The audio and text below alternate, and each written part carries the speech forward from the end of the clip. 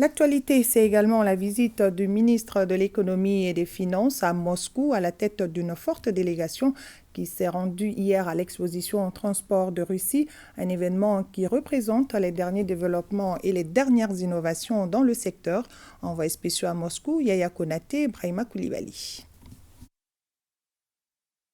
C'est une immersion totale dans le savoir-faire de l'industrie russe du transport, un espace dédié à la présentation des derniers développements et innovations dans le domaine des transports en Russie.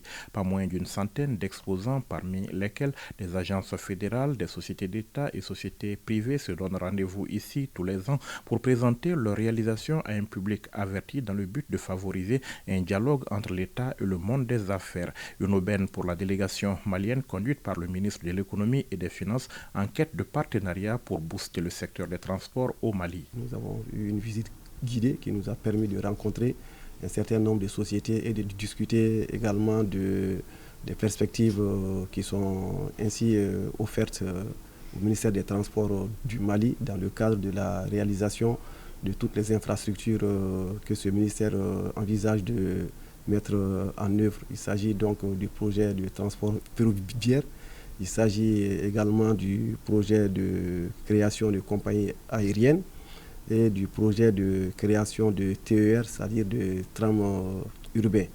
Nous avons eu l'opportunité également d'échanger sur les infrastructures portuaires.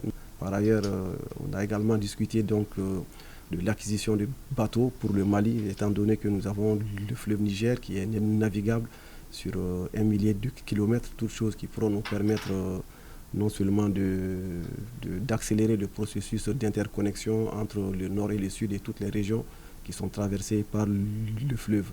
Pendant près de 3 heures, la délégation malienne a visité l'exposition et échangé avec les acteurs russes du transport en fonction de ses domaines d'intérêt. On a visité les compagnies aériennes qui interviennent à l'intérieur de la Russie et qui sont dans les vols internationaux. Et ensuite, on a rencontré des entreprises qui sont chargées uniquement de la réalisation des infrastructures portières, telles que les passerelles, telles que les aérodromes, tels que les parkings au niveau des aéroports. Et nous avons visité aussi la société étatique russe chargée de tout ce qui est gestion des activités ferroviaires, que ce soit la plateforme, la réalisation de la plateforme, la réalisation de la voie ferrée, les gares routières et les systèmes de télécommunication entre les trains des différentes lignes. Donc ces échanges nous ont permis de voir réellement avec qui nous devons poursuivre. Donc on peut dire que la rencontre de ce matin a été fructueuse parce que ça nous a permis d'avoir en B2P les acteurs réellement impliqués. Et donc les échanges vont continuer pour que dans les plus brefs délais, les parties russes puissent se rendre au Mali pour que nous puissions commencer la mise en œuvre de ces activités proprement dites. Ce sont des milliers de visiteurs qui arpentent chaque année les allées de l'exposition Transport de Russie. Il s'agit de l'élément phare de l'attraction principale de la semaine russe des transports. Une semaine qui se décline justement en une série d'activités sur toute l'étendue du territoire russe.